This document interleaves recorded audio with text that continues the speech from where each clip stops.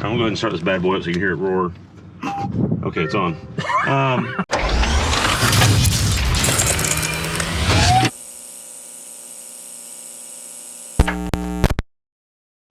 All right, people, welcome back to TTC Cars. I'm Brian. I'm Craig. And today we have the sharp looking, all new 2023 hybrid reimagined.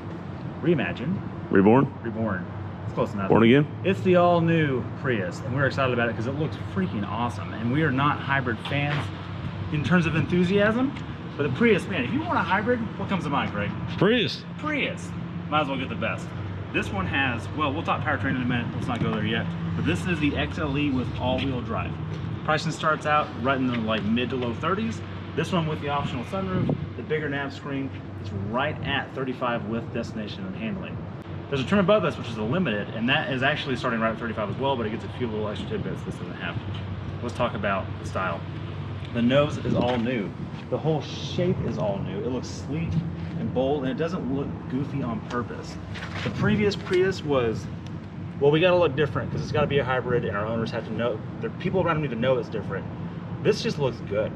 Take the hybrid out of it, I don't care what this is powered by, it's a good looking shape and a good design. I'm happy and I'm proud that Toyota has cleaned this thing up. Gives me hope for what's gonna happen in the future too. You do have your lights embedded. This little wing right here kind of plays to the previous gen a little bit, but it works better here than it ever did on the previous one. You do have a mixture of colors, so you've got a gray metallic here, you've got black with also some metallic flake behind it, and then the actual paint color itself. And this color that does look so good is Guardian Gray, and it's over Gradient Black. It's part of the Marvel universe. That's what it is. MCU. That's probably what it is. Check out the wheels. These right here, of course, they're eco tires, but you know what? They seem to get it done. We're not complaining about it. They're 19s, but they're skinny. They're 195 50s. That's a really narrow tire, so less than 200 mils. That's okay. It's actually M&S rated, which is funny to me, but these are the Extended ASs, and they're fine. No complaints here. They get it done. Is this for off-road? You know, Craig, this is not a crossover. Oh. Don't worry about that. Okay, never mind. But it's got all-wheel drive. But it says all-wheel drive right here. It does. But you're not, there's no rooftop tent on it. Oh, It doesn't count. That's for snow and bad weather. So that's for you. Gotcha.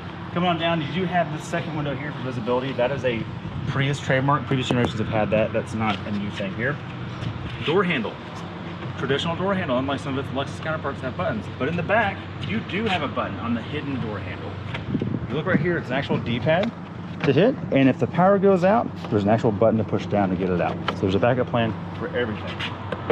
Okay, come over here. Come here, show the people. One more thing to show, there's Prius in the windshield trim. That's a unique Easter egg.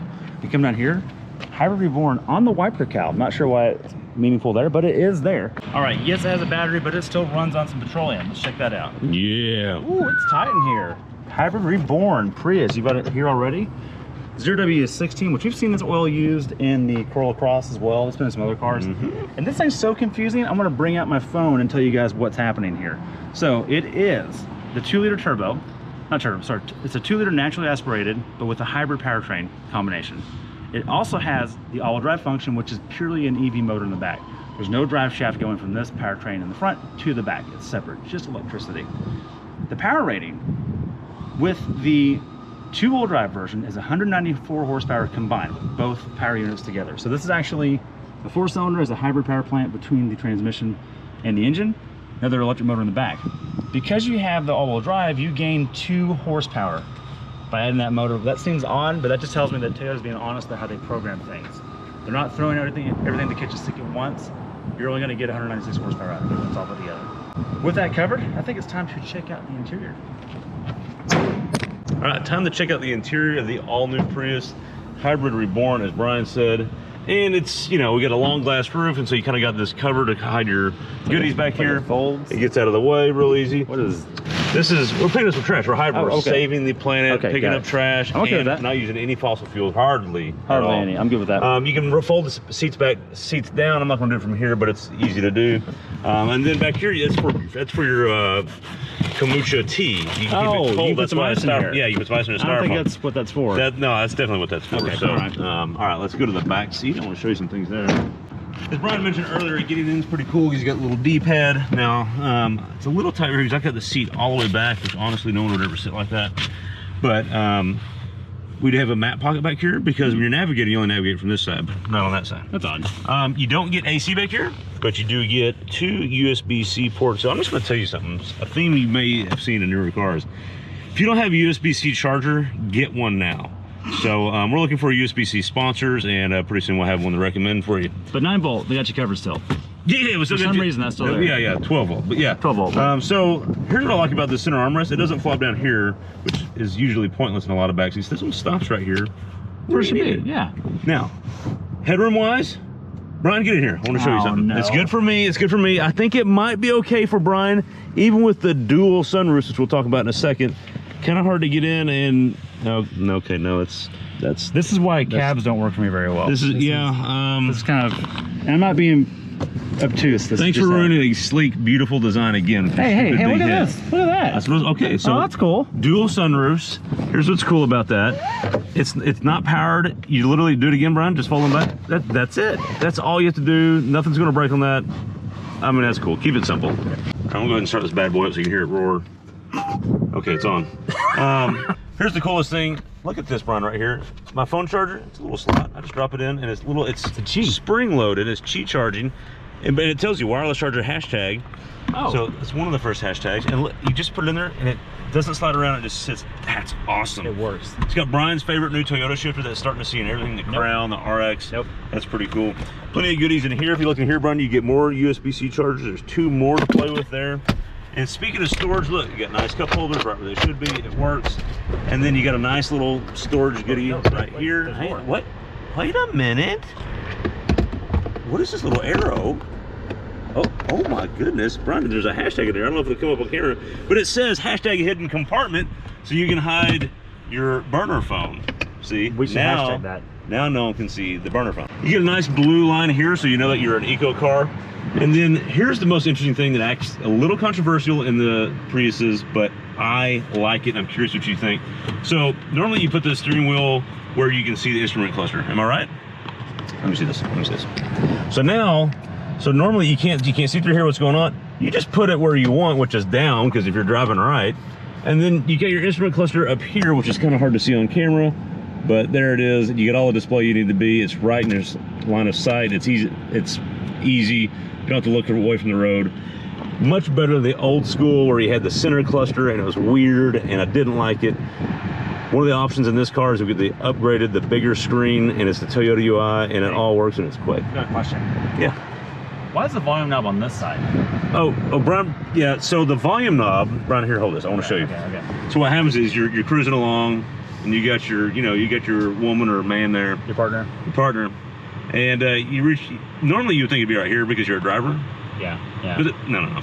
You want to, maybe lean in on your sugar a little bit. I don't think that. And you can adjust the volume. Okay. We can't put that on YouTube. We're going to go drive it now. I'm going to drive it now. All right, Brian, all-wheel drive, we get an extra 2 horsepower. Let's feel it, hit it.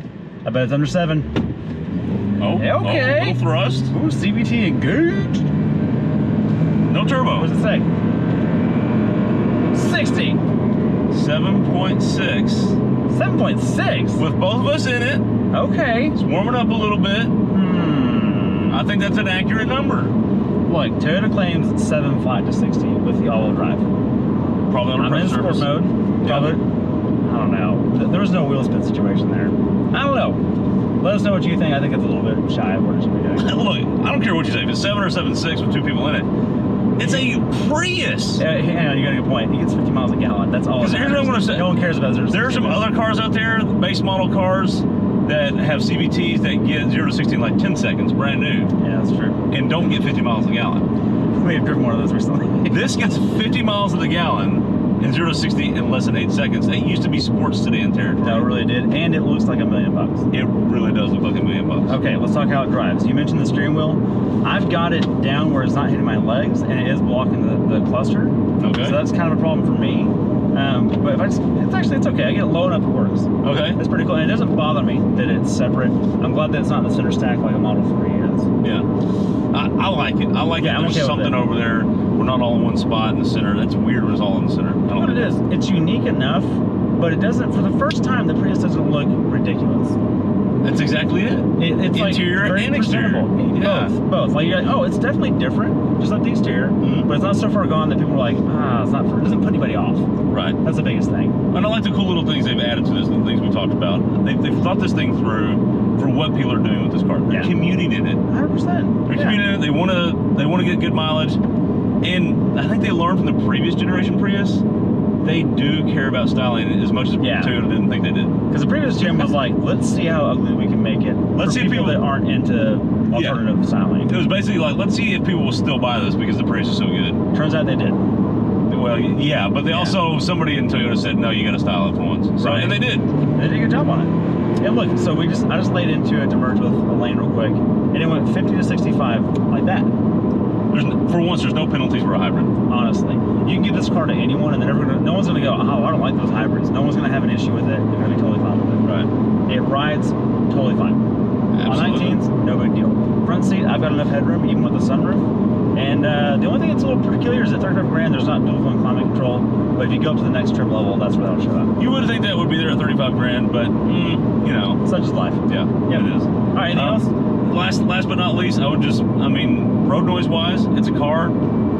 It's got some road noise, but it's not. Honestly, it's not bad at all. It's not terrible. It doesn't sound tinny. It does not sound tinny. It's a good point. I bring this up a lot. There's two in particular.